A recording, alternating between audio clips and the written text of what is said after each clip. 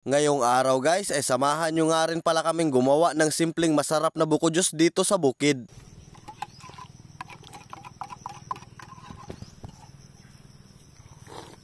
Pero bago ang lahat, sisimulan muna natin sa magandang umaga. Kaya maaga pa nga lang guys, ay bumili na nga rin pala tayo dito ng mga simpleng sangkap na gagamitin natin mamaya. Ribisco at kondensada nga lang din pala yan guys, ay all goods na yan. Kaya tamang lakad-lakad na nga rin pala kami dito papunta sa bukid ni tatay. Medyo malayo-layo nga rin talaga kasi aabutan kami ng 15 minutes sa paglalakad dito. At sa ilang minutong lakad nga lang din pala namin, ay nakarating na nga rin pala kami. At tingnan nyo naman yung mga kabady natin, parang ilang taon na hindi nagkita eh. Ang kukulit ba naman? Fighter kaya na awa na diha. Giano rin kamang lubi diha. At umakyat na nga rin pala yung kuya ko dito guys. Napakagaling naman palang umakyat ito. Napakabilis nga lang din palang nakapunta sa itaas. Bukuan pa ni mo largo bay para may bawon. All goods, all goods.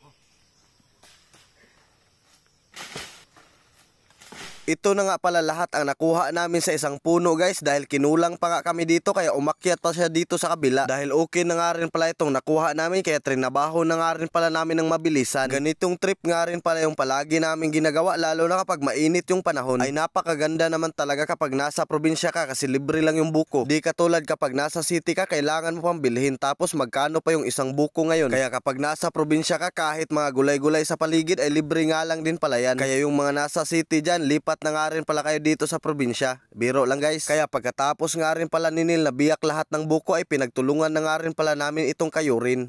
Ito bato. Sabi ko magbato kung nagunitan. Yawa. Timbungan man din eh. Ano ba dyan mong lumot man eh. Tambok ra ba? Ito na nga pala lahat ang nakayod namin guys. Tapos lalagyan na yan namin ng kondensada para mas lalong sumarap. Kaya nilagay na nga rin pala dito ni Nil itong nabili nating kondensada. Ay napakasarap na talaga niyan. At durugin nga lang din pala natin itong nabili nating dalawang ribisco. Kayo guys, naglalagay rin ba kayo ng ribisco kapag gagawa kayo ng mga ganitong buko juice dyan sa probinsya nyo? At marami nga rin palang nagsasabi sa akin na mas masarap nga rin daw kapag lalagyan ng royal. Pero iwan ko lang, di pa namin nasubukan yan. Try na yan namin next time. Halo-haluin, halo-haluin. Nay ko na rin. Unsa? Natay. Wow, talaga naman.